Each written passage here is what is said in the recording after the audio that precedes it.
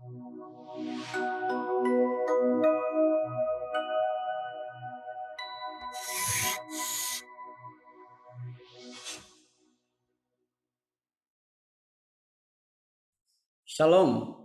jumpa lagi dengan saya, Pendeta Novelman Wau dalam podcast Jalan Hidup. Setiap profesi adalah panggung untuk memuliakan Allah. Tidak ada satupun wilayah di mana Allah tidak ada di sana. Kali ini di depan saya, di depan layar ada seorang ibu yang berprofesi sebagai bidan. Dan dalam kesempatan ini saya akan bercakap-cakap dengan Ibu Herlina Manae yang ada di Kota Tegudalam seputar jalan hidupnya dalam panggilan sebagai seorang bidan. Selamat sore Bu Herlina Manae. Selamat sore Pak Pendeta. Yahoo sehat? Yahoo, puji Tuhan sehat. Oke, baik. Sogele, terima kasih telah memberikan waktu untuk kita bisa bercakap-cakap dalam podcast Jalan Hidup ini. Sebelum kita melanjutkan percakapan kita, saya mengajak kita berdoa terlebih dahulu. Kita berdoa. Ya Tuhan, ya Allah kami, terima kasih untuk hidup kami yang Engkau pimpin sampai hari ini. Dan sebentar lagi kami akan melangsungkan satu percakapan bersama dengan hamba-Mu, Ibu Herlina Manae yang ada di Kota Tegudalam. Kami menyerahkan percakapan ini ke dalam tangan Tuhan. Pimpinlah, berkati, dan kiranya percakapan ini menyenangkan, menyukakan hati Tuhan, dan menjadi berkat bagi banyak orang. Terima kasih, demi nama Yesus kami berdoa. Amin.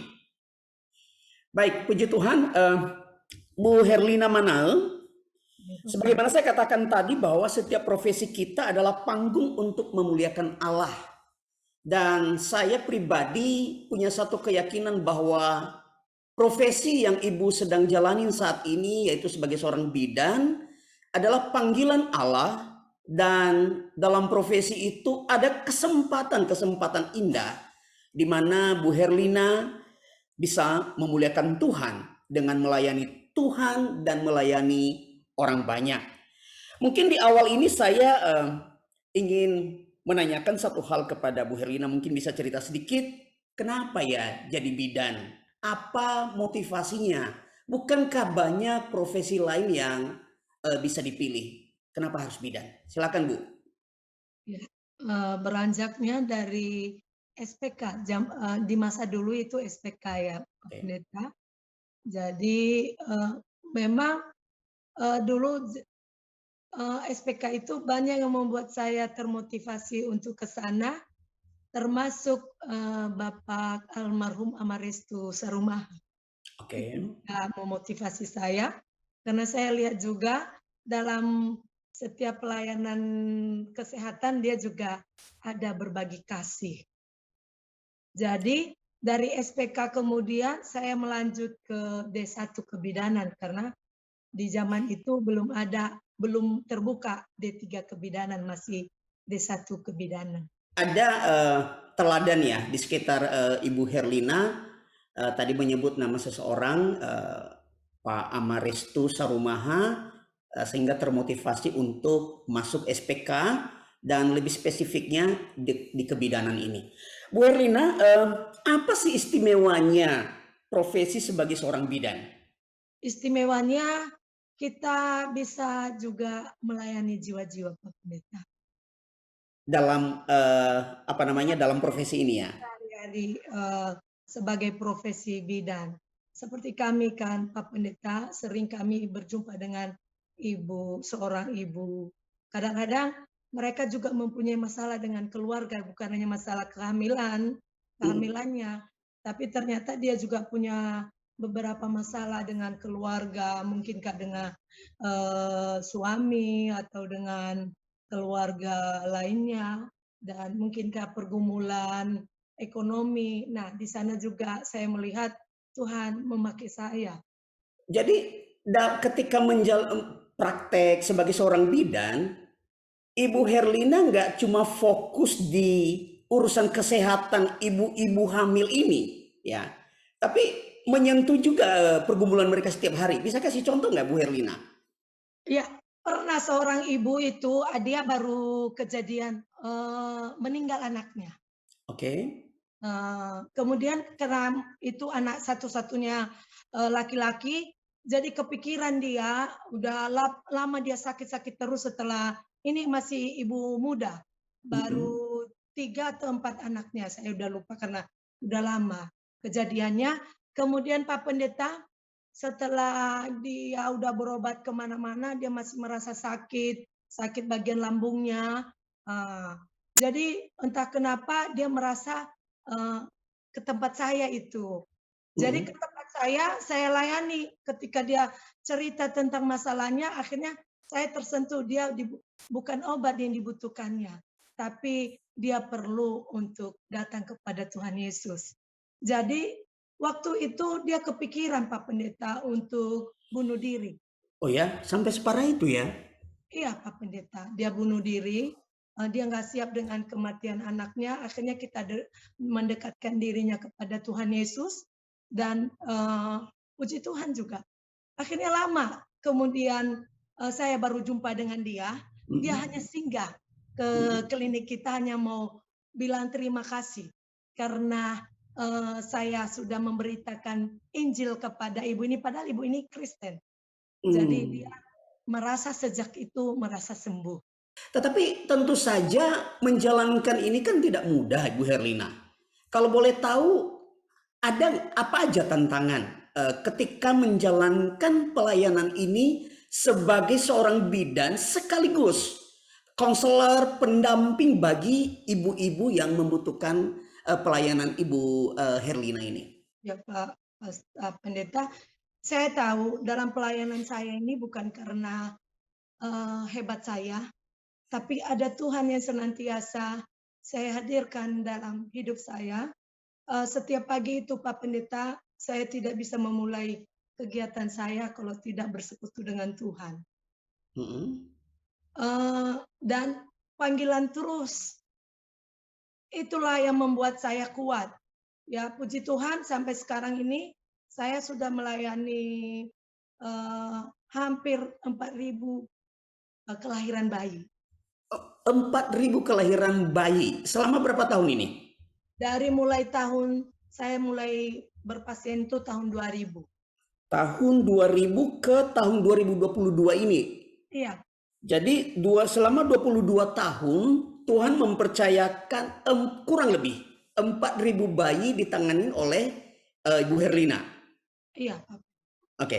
Nah, ini dari angka yang begitu besar dan dalam rentang waktu yang cukup panjang ini, lebih dari 2 dekade, 20 tahun, ada nggak hal-hal khusus yang eh, berkesan dalam hidupnya Bu Herlina? Ya, ada, berkesan Pak Pendeta, kemarin itu ada 2 minggu yang lalu saya menolong seorang ibu Hmm. yang dulu kelahirannya saya tolong. Oke, oh ibu ini dulu ketika dia Iya, dilahirkan Pak. oleh ibunya, Iya, bayi baik. ya. Iya, Oke, Bu Herlina yang pegang. tolong. Tolong Iya, ya. iya. Sekarang umurnya 20 udah Oke, 20 tahun kemudian dia sudah berkeluarga, hamil dan Bu Herlina tolong dia untuk melahirkan bayinya. iya, berarti saya udah punya cucu, Pak Cucu. Pendeta. Baik. Ini satu keistimewaan, satu sukacita tersendiri ya melihat ya Iya. buah pelayanan daripada Bu Herlina. Ada hal yang lain nggak selain yang tadi disebutkan? Iya, dari awal juga saya mengerti, saya paham betul, ini saya panggilan di sana. Mhm. Ya semakin lama saya semakin tahu, saya bukan secara kebetulan jadi bidan. Memang dari memulai bidan dulu saya Pak Pendeta, Mhm. itu memang saya gumuli betul-betul panggilan. Ya, di masa itu Pak Pendeta, Mhm. eee, bidan itu favorit Pada dan masa itu. pada masa itu kenapa favorit, eee, tamat bidan, udah Oke. langsung penempatan jadi bidan PTT dengan gaji yang lumayan besar. Di Oke. kala itu Pak Pendeta 800.000 dengan Oke. gaji pegawai mungkin masih 250.000. Oh, oke. Kemudian orang tua saya juga berminat di sana karena sekolah yang langsung bisa dapat kerja kan. Nah, Mhm. kemudian ibu saya menyuruh saya untuk melanjut ke kebidanan. Padahal waktu itu saya masih berpikir untuk tidak lanjut di kebidanan D1, saya berpikir untuk tahun depan. Tapi Hmm. puji Tuhan ketika kita juga patuh kepada orang tua, saya menikmati sekarang. Akhirnya kalau misalnya saya sesuaikan dengan rencana saya, maka tahun depannya itu udah tutup D1 kebidanan yang dibiayai oleh Oh. pemerintah, yang Oh. disediakan untuk lapangan, langsung dapat lapangan kerja. Oke. Kembali ke apa namanya proses yang di SPK tadi ya, kebidanan ya. Ada nggak hal-hal unik lain selama menjalani masa pendidikan itu? Ya, saya di sana di SPK kelas 2 saya sudah lahir baru. Di situ saya jumpa secara pribadi dengan Tuhan Yesus. Kebetulan ada program seringkali itu ada KKR dan saya juga aktif di kepemudaan. Jadi memang betul Pak Pendeta, kemarin itu saya mungkin di bawah umur kelas 2 SPK saya memang Kristen KTP ya. Oke. Baru jumpa benar-benar yang namanya pengorbanan Tuhan Yesus itu mengerti benar di SPK kelas 2. Nah, dari sana juga saya disiapkan Tuhan. Kalau Oke. saya ingat sekarang perjalanan saya itu memang bukan secara kebetulan Tuhan pakai saya di sini, saya disiapkan Tuhan dan pada kelas 3 SPK terjadi krisis moneter di tahun Oke. 98 Pak Pendeta. Tuhan pakai gunakan itu semua demi kebaikan, ya. Di saat krisis moneter itu demo di mana-mana Oke. untuk menuntut transparan Reformasi. dan reformasi. Mhm. Nah, di waktu wisuda, saya termasuk 10 besar ranking 2. Oke. Ya, ada kebanggaan tersendiri, orang tua dipanggil ke depan, jadi ranking 2. Nah, saya lihat itu digunakan Tuhan dan situasi juga krisis moneter digunakan Tuhan juga di sana. Di mana krisis moneter itu demo di mana-mana dan Mas, saya berpikir di saat itu saya ranking 2, masa nggak jebol di D1 kebidanannya. Saat itu kepikiran orang tua saya untuk tidak rahasia lagi. Di zaman itu ada yang bayar 20 juta, ada yang bayar Mhm. 25 juta untuk sogok, Pak Pendeta. Oke. Jadi orang tua saya juga berpikir begitu karena dia menjalankan logikanya. Itu Mhm. kan dari berbagai sekolah SPK di luar juga datang di situ untuk melamar. Tapi saya yakinkan orang tua saya sampaikan bahwasanya kalau Tuhan mau memakai saya di tempat itu jadi bidan, Mhm. maka tidak ada satu orang pun yang bisa menghapus nama saya. Tapi kalau saya bukan di situ, eh, kalau mama mau eh, saya di situ dengan disogok, saya tidak mau karena saya yakin itu rezeki orang sudah kita curi. Tapi saya juga bergumul dalam doa, selain belajar saya juga bergumul dalam doa, saya bernajar. Ya Oke. saya bergumul dalam doa, saya bernajar Tuhan, ini juga saya rindu jadi bidan, Tuhan pakai saya di sana. Kalau saya jebol di sana, Tuhan saya bernajar, 1/10 itu tidak saya tinggalkan. Oke. Baik. Ya, Bu Herlina dari penuturan, Ibu tadi saya mendengar, ada tawaran untuk bayar sogok. Itu di akhir, pendidikan ya, ketika mau penempatan? Tidak Pak Pendeta, kalau mau masuk ke pendidikan, Oh, kalau mau setelah masuk ke pendidikan? SPK, setelah SPK mau masuk ke kebidanan itu kan favorit, semua lomba-lomba ke sana. Jadi disitulah juga ada teman saya memang kesaksian bertanya setelah masuk mereka cerita bayar 25 juta. Saya bilang enggak, saya enggak bayar, mereka enggak yakin. Nah, yang tadi, Bu Herlina cerita di masa pendidikan itu sudah mengalami kelahiran baru itu di awal ya? Di kelas 2 SPK. Kan Di gini, heeh, pendidikan SPK itu kan 3 tahun. oke. Waktu mau masuk juga kemarin itu nggak sogo juga, tapi ada uang terima kasih Mhm. sama ada kenalan. Nah, setelah tamat SPK kan itu tamatan kita kan perawat doang. Oke. Nah, terus cewek bisa melanjut ke D1 Kebidanan. Nah, ke D1 Kebidanan ini favorit banget. Bahkan dari Oke. sekolah-sekolah luar ya apa mendaftar ke sana Pak Pendeta. Oke, nih saya melihat benang merahnya nih. Jadi ketika masa pendidikan di SPK, Bu Herlina mengalami perjumpaan pribadi dengan Tuhan atau yang dalam istilah kita orang Kristen lahir baru.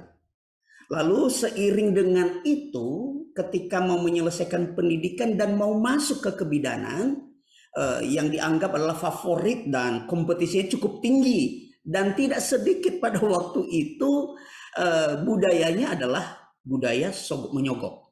Iya, Nah, sebagai hamba Tuhan jujur saya senang sekali mendengar hal ini oleh karena ada orang Kristen yang bisa menghidupi kelahiran barunya lewat kehidupan sehari-hari yang praktis. Ketika ada tawaran, berani berkata tidak. Ya, ini jadi menjalankan profesi ini, ya kita memang mesti menghormati Tuhan. Ya, dan ini mengingatkan saya juga dengan satu bagian firman Tuhan, Bu Herlina, dalam Keluaran 1 ayat 28. Saya coba cek dalam Alkitab terjemahan bahasa Indonesia, setidaknya ada 9 ayat yang mencatat merekam kata bidan. Jadi Bu Herlina berbahagia ya, profesi ini kerekam dalam Alkitab Bu Herlina. amin. Iya. Nah, di Keluaran 1 ayat 20 bunyinya demikian. Maka Allah berbuat baik kepada bidan-bidan itu. Bertambah banyaklah bangsa itu dan sangat berlipat ganda. Dua satunya, dan karena bidan-bidan itu takut akan Allah, maka ia membuat mereka berumah tangga. Tahu dong ya cerita ini bagaimana dulu Firaun bermaksud menghabisi keturunan Israel yang laki-laki, tetapi ada dua orang bidan yang hidup takut akan Allah. Mereka memilih tidak, dan Allah mengganjar mereka dengan berkat. Pertanyaan saya ke Bu Herlina, Ya, ini betul. tadi dalam percakapan kita mengatakan sudah menjalani profesi ini 22 tahun. Tuhan sudah mempercayakan kurang lebih 4.000 anak dipegang oleh Ibu Herlina. Dan bahkan dari 4.000 ini ada yang tadinya bayi lalu sudah 20 tahun usianya menikah dan punya anak juga. Jadi cucu ya istilah Bu Herlina tadi. Kembali pertanyaan saya, ada nggak berkat Tuhan ketika menjalani profesi sebagai bidan dalam waktu 22 tahun ini? Kalau berkat Tuhan, buat saya udah cukup megap-megap ya Pak Pendeta. Oke. Berkat kesehatan Hmm. dan berkat-berkat lainnya melimpah. Ya, saya melihat ketika kita juga menghormati Tuhan dalam setiap saya lihat saya ada senantiasa berpikir setiap pelayanan saya itu setiap kegiatan saya di klinik itu adalah satu pelayanan untuk membawa jiwa kepada Tuhan Yesus. Bahkan saya ingat Pak Pendeta, pernah saya ada Oke. pasien saya ini anak pertamanya lahir normal, tapi Hmm. anak keduanya di saya, tapi karena bayinya lebih besar dari anak pertama dan ibu ini agak cacat ya, sedikit agak pincang, jadi mungkin Hmm. tulang apanya tidak simetris ya Pak Pendeta, Hmm. dan bayi besar. Nah, waktu itu harus dirujuk Pak Pendeta. Hmm. Waktu dia harus dirujuk, ternyata suaminya keluar. Waktu keluar suaminya, kebetulan padahal itu sudah harus dirujuk. Dirujuk ke Gunung Stoli itu kan 3 jam perjalanan, Pak Pendeta. Dari kota Telugu Dalam ke Gunung Stoli 3 Ya, jam perjalanan kurang lebih. perjalanan. Nah, waktu itu juga kami kecarian yang ngambil keputusan kan juga suami kan nggak mungkin dia berangkat sendiri. Ya, Padahal ini si suami saya udah sampaikan kalau istrinya ini harus segera diberangkatkan ke Gunung Stoli. Tapi entah kenapa dia keluar. Saya belum tahu waktu itu alasannya apa dia oke. keluar. Akhirnya dia kami telepon jaringan tahu jaringan apa kala itu masih suka macet-macet ya jaringannya. Akhirnya saya panik sendiri dan saya udah mulai kecewa sama suaminya. Ini kok nyawa istri kok sepertinya tidak, jadi prioritas gitu. Akhirnya waktu dia datang, saya tanya, "Kan tadi saya udah sampaikan, istrinya harus ini udah 2 jam loh kami menunggu." Ternyata dia cerita Pak Pendeta, dia Mhm. keluar itu mencari, pinjaman uang. Aduh, oke, oke. Mencari pinjaman tuh uang dan saya tanya, "Dapat uangnya?" "Tidak ada, saya udah ke famili mereka juga nggak ada uang." Akhirnya saya tersentuh, Pak Pendeta. Saya, amplopin ya, ke dia uang untuk bekalnya ke Gunung Gunung Story. Stoli dan uang ambulansnya juga saya yang bayarkan. Jadi saya mau bilang, ketika kita menghormati Tuhan, Ya, mengasihi Tuhan, saya tahu itu kasih saya untuk Tuhan, bukan mmm, untuk karena apa, firman Tuhan, "Apa yang engkau lakukan kepada saudaraku saudara yang paling hina ini pun sekalipun, engkau telah melakukannya, eee, buat Tuhan." Kita sudah setuju. melakukan bagi Tuhan. Jadi saya dan saya melihat juga, akhirnya berkat itu saya mau bilang, terlalu banyak Tuhan berikan. Ya, ya, setuju, setuju ya, kutipan firman Tuhan tadi, apa yang kita lakukan terhadap sesama kita, itu kita lakukan kepada Tuhan. Ibu Herlina, saya punya satu pemikiran bahwa Tuhan itu tidak turun dari sorga untuk nolong kita. Tapi Tuhan bisa memakai orang-orang di sekitar kita menjadi perpanjangan tangan Tuhan untuk menolong kita. Seperti kasus Bapak tadi ya, suami istri ini ketika mereka dalam keadaan kritis, kondisi istrinya ditambah kondisi ekonomi mereka yang lemah. Puji Tuhan, Tuhan nggak turun dari surga ya. Tapi ia menggerakkan Bu Bidan, Bu Herlina untuk menjadi perpanjangan tangan Tuhan. Nah, Bu Herlina, apa namanya? Kalau saya teruskan sedikit lagi percakapan kita ini, em, apa sih yang menjadi harapan Bu Herlina terkait dengan profesi ini terhadap pemerintah, terhadap masyarakat, dan mungkin juga pesan-pesan terhadap rekan-rekan sesama bidan untuk bisa meningkatkan mutu pelayanan terhadap masyarakat kita, khususnya di Kota Teluk Dalam dan sekitarnya. Pesan saya kepada pemerintah semoga, ke depan dibangun fasilitas yang lebih lagi, seperti misalnya, kasus kalau kita ketemukan, ya puji Tuhan sampai saat ini Pak Pendeta, ibu-ibu yang saya tolong selamat sehat-sehat ya, kalau, langsung komplikasi persalinannya tidak ada sampai meninggal. Itu yang saya saksikan juga, kuasa Tuhan yang luar biasa. Jadi Oke. kadang-kadang kalau ada kasus yang pendarahan Pak Pendeta, di sini Mm-mm. juga fasilitasnya kurang, kita juga harus merujuk ke Gunung Stoli karena di sana ada dokter spesial kandungan. Nah, kalau kita pikir-pikir 3 jam di perjalanan, ya puji Ya, Tuhan aja selama ini ya masih selamat-selamat. Semoga oke. ke depan lebih ditingkatkan. Bagi rekan-rekan, pelayanan ini bukan hanya masalah cuan ya, Cari uang. Oke, ya. tapi masalah Tuhan memakai kita. Kadang-kadang saya bersyukur jika kadang-kadang setelah saya pulang ke rumah, saya ada berbuat baiklah istilahnya, Mm-mm. ya menolong, ada sukacita tersendiri Pak Pendeta. Itu berkat ya.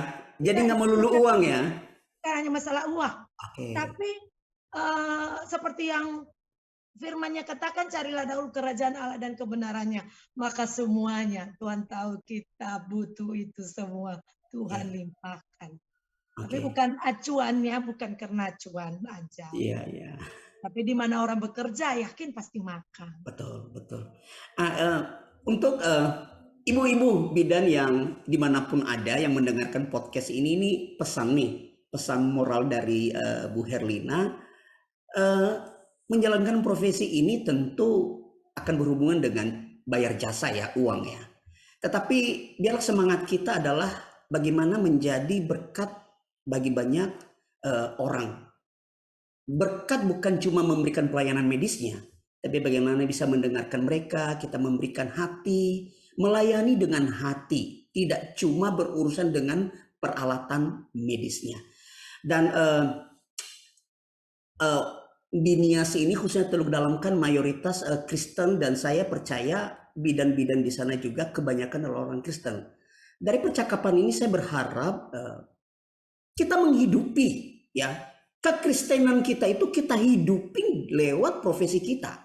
Biarlah orang-orang yang membutuhkan jasa pelayanan ibu-ibu bidan yang ada di kota Teluk Dalam ini semua merasakan tangan Kristus yang melayani mereka. Kemudian Bu Herlina, ada nggak pesan untuk masyarakat khususnya ibu-ibu terkait dengan pelayanan kesehatan untuk mereka, misalnya contoh nih urusan pernikahan dini atau di luar itu, silakan. Ya, di sini juga sering ya kalau nggak 4 anak, 5 anak itu nggak sah. Jadi untuk yang saya lihat itu mungkin zaman dulu. Mungkin semangat cari anak laki-lakinya, Bu Herlina. Bukan masalah itu Oh kan gitu. bukan hanya itu Pak Pendeta. Udah 2 anak, 2 perempuan pun 2 laki-laki masih lagi kurang. Karena kadang-kadang pengaruh mertua, pengaruh keluarga. Karena dianggap anak itu aset. Nah, persepsi Jadi ini harus diubah ya. diubah. Memang betul anak itu aset, tapi zaman dulu bisa kita banyak sekali perbedaannya. Zaman dulu orang ke ladang meninggalkan anaknya di rumah, kita tidak takut kenapa anaknya di rumah, dititip sama tetangga atau sama yang lain. Nah, kalau sekarang kalau kurang perhatian kita kepada anak-anak, termasuk pelayanan kita kepada anak untuk membawa mereka kepada Kristus, pengenalan mereka kepada Kristus. Kalau udah terlalu capek juga kita, nggak ada lagi kesempatan kita untuk mendidik anak itu di dalam takut akan Tuhan. Seperti dalam firman-Nya, perkatakanlah perbuatan ajaib Tuhan itu sebelum tidur. Berarti tugas kita sebelum tidur dan di meja makan. Jadi kalau udah terlalu sibuk mengurus anak, rasa saya ibu itu udah tertidur sebelum makan pun. Oke. Iya. Dengan perjuangan hidup sekarang ini. Karena zaman dulu anak itu ya di situ zaman saya banyak anak, mau ada pakaian nggak ada pakaian, mau ingus bagaimana kan tidak masalah. Sekarang kan udah jadi malu ya. Nah, jadi orang tua jadi berjuang dengan banyak anak itu terlalu capek dan resiko juga. Risiko kesehatan. Iya, jadi kapan kita menikmati hidup? Dan di mana juga sekarang ini buat orang tua, kita bukan hanya memikirkan banyak anak, tapi kita juga memikirkan bagaimana kita bisa anak itu berkualitas di dalam Tuhan, karena itu kunci rahasianya. Karena lingkungan sekarang ini sungguh sangat jahat ya Pak Pendeta. Ada pemakai narkoba, ada juga bisa dengan adanya gadget sekarang, ya ada gampang aja anak-anak sekarang melihat sesuatu yang tidak layak dilihatnya. Jadi kalau kurang perhatian kita, kasihan juga masa depan anak-anak ini. Oke, makasih. Ini pesan nih buat pendengar, khususnya ibu-ibu, keluarga-keluarga muda atau yang merencanakan berkeluarga, merencanakan punya anak. Kalau saya menyimak apa yang dituturkan oleh Ibu Herlina, menikah punya anak itu tidak dilarang. Tapi bagaimana mengelola pernikahan, mengelola rumah tangga dengan bijak. Karena pernikahan itu kan bukan urusan punya anak saja. Tapi bagaimana memastikan anak-anak ini berkualitas, punya masa depan yang baik, Dari sisi ekonomi, pendidikan mereka terjamin, termasuk Bu Herlina ulang-ulang kebutuhan rohani mereka. Ya, jadi sekali lagi punya anak banyak tidak dilarang, tapi mari kita mengelola keluarga pernikahan termasuk urusan punya anak dengan bijak. Karena pelayanan kepada anak itu holistik ya, Bu Herlina ya, nggak cuma satu bidang. Dan mungkin kita perlu luruskan juga persepsi kita yang salah selama ini. Banyak anak, banyak rejeki. Mungkin untuk konteks tertentu pas, tetapi banyak anak, banyak rejeki di dalam arti dijadikan aset supaya ada yang kerja di kebun, bantu orang tua, rasanya nggak pas. Mungkin mari kita melihat anak-anak itu adalah titipan Allah di tengah-tengah keluarga untuk kita siapkan pendidikannya, kesehatannya, dan kerohaniannya untuk menjadi pribadi yang seperti Tuhan mau. Kira-kira seperti itu, Bu Herlina. Ya, Nah, oke. Nah, ini mungkin terakhir, Bu Herlina. Tadi kan dalam percakapan kita ini saya menangkap berulang-ulang Bu Herlina juga concern ya dalam kebutuhan kerohanian anak-anak. Saya beberapa kali nemu di Facebook Bu Herlina statusnya terkait dengan pelayanan rohani di sekolah minggu di gereja BKPN Teluk Dalam, betul ya? iya, Nah, saya lihat Bu Herlina nggak jauh-jauh dari dunia anak nih. iya, Yang urusan di dalam kandungan sampai urusan yang udah di luar kandungan. iya. Nah, bisa cerita sedikit Bu Herlina terkait pelayanan terhadap anak-anak di sekolah minggu gereja BKPN yang ada di Kota Teluk Dalam.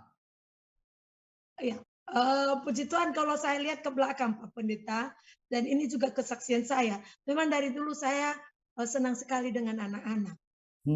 Waktu kecil saya itu nanti di rumah, saya bisa ke rumah orang di mana ada bayi. Di situ saya rela berjam-jam merayu bayi itu supaya mau saya gendong. Saya urus, saya bawa ke rumah. Umur masih SD. Terus Oke. di waktu itu juga, waktu saya juga PDKT dengan Bapak Pavel, Oke, dia suami ya. melihat saya, iya dengan suami saya, dia melihat saya jumpa sama anak-anak itu gemes sekali, sayang gitu.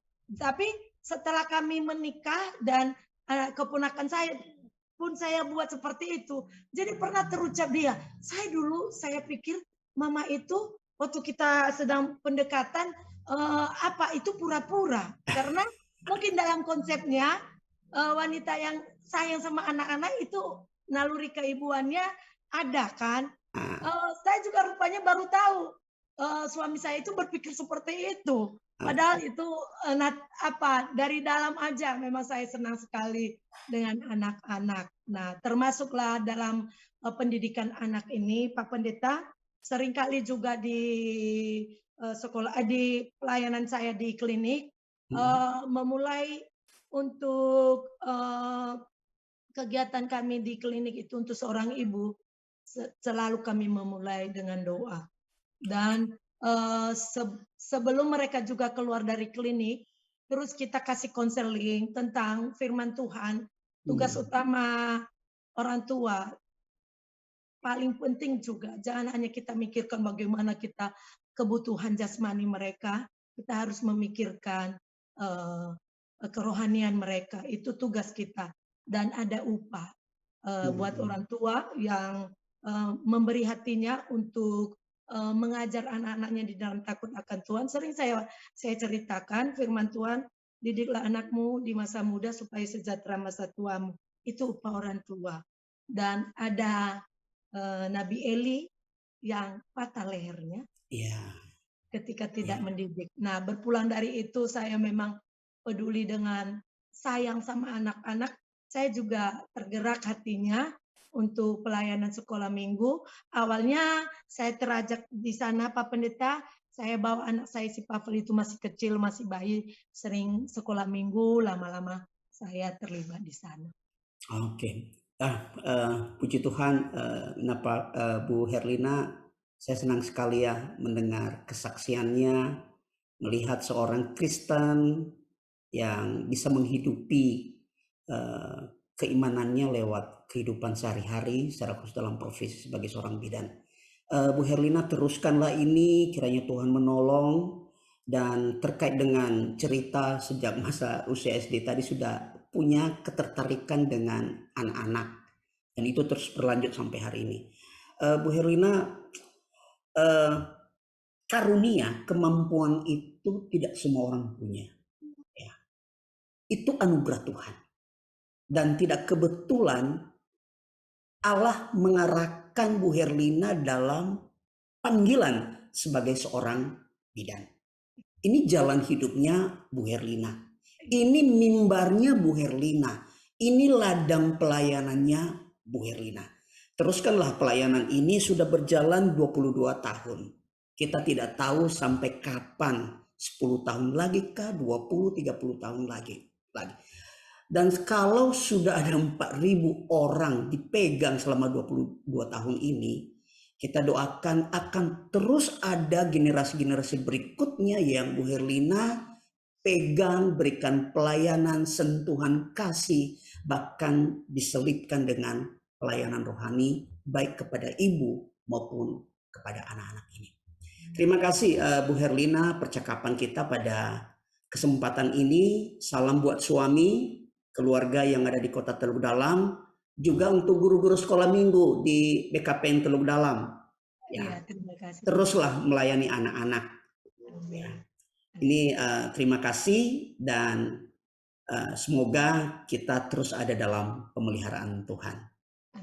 Amin.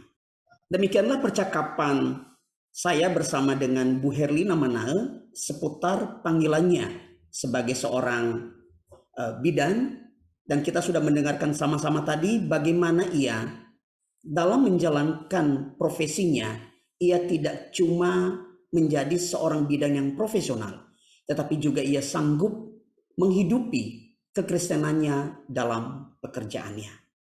Anak-anak adalah masa depan gereja, anak-anak adalah masa depan bangsa.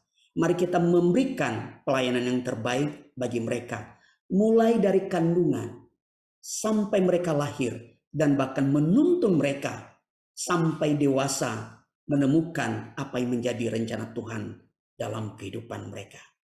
Kita terus melayani Tuhan dalam profesi kita masing-masing. Kita berdoa. Syukur bagi Allah untuk percakapan ini. Engkau telah memimpin kami dan kami telah mendengarkan satu kesaksian yang luar biasa. Kami diberkati, hati kami memuji Tuhan lewat percakapan ini. Kami berdoa untuk Ibu Herlina Manahe, timnya, rekan-rekannya yang bekerja melayani ibu-ibu yang ada di Kota Teluk Dalam dan sekitarnya. Kami menyerahkan mereka ke dalam tangan Tuhan. Diberkati, diberikan kekuatan, kesehatan yang prima, konsentrasi yang baik dalam memberikan pelayanan kepada masyarakat. Doa kami melalui pelayanan mereka, banyak orang yang diberkati. Terima kasih Tuhan, ini doa kami. Demi nama Yesus kami berdoa. Amin.